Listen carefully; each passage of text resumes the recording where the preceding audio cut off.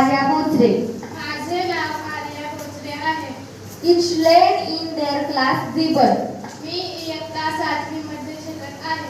Meine Schulname ist Cornell Memorial Schule. माझ्या शाळेचे नाव Cornell memorial school आहे. Ich mag meine Schule sehr. मला माझी शाळा खूप आवडते. And meine Schule werden neben dem Studium verschiedene Experimente durchgeführt. माझ्या शाळेत अभ्यासाबरोबरच विविध उपक्रम राबवले जातात.